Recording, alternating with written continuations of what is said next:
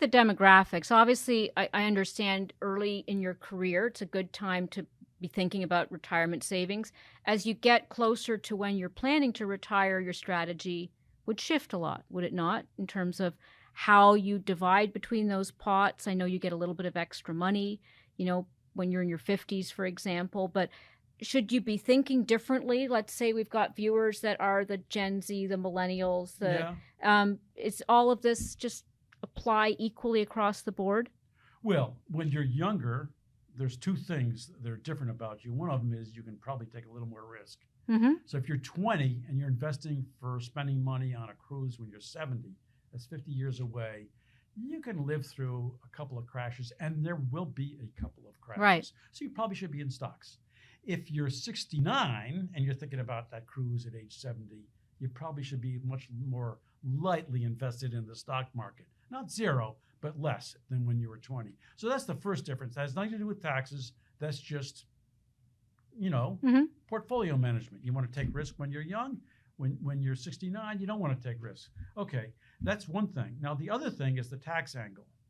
And when you're very young, you're in a very low tax bracket, and you should put earned income into a Roth, the kind where it gets no tax advantage on the way in. 50 years of tax-free gains. But 60 years of tax-free gains, and you cash it out when you're 92 or something. All right, so that's what I recommend to people who have summer jobs at age 15. You know what? You could put that into a Roth account, and the tax you're not saving, you're not avoiding tax when you go into a Roth. It doesn't matter, because if you're only making a couple thousand as a lifeguard, the put tax it is in a small amount, tiny amount. And when you're 50 and you're getting a Christmas bonus, you're in a high tax bracket, that'll be a time when you'd want to lean towards the deductible, the classic IRA, or the classic 401k, the original kind, that's untaxed going in, taxed on the back end. So this intrigues me. The government owns some of your IRA. That troubles me. Well, it sounds totalitarian. I meant it to sound that way, but I also want people to understand the arithmetic. And let me explain the arithmetic.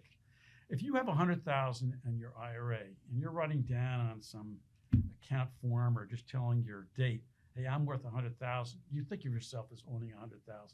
Yeehaw, right. You don't own it. If you have $100,000 in the regular kind of IRA, untaxed going in, it isn't really your money.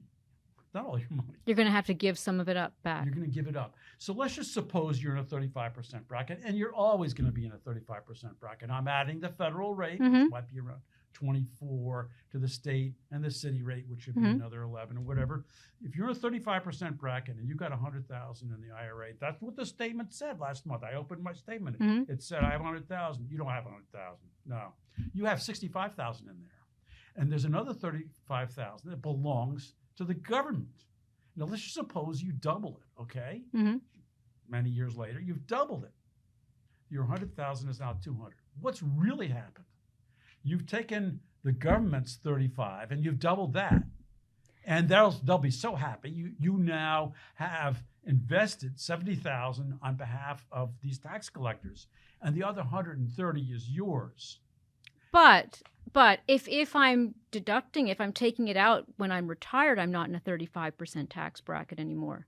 Don't get me started on that. Okay. All right, a couple of things. Number one, tax brackets are probably going to drift up over the next 50 years.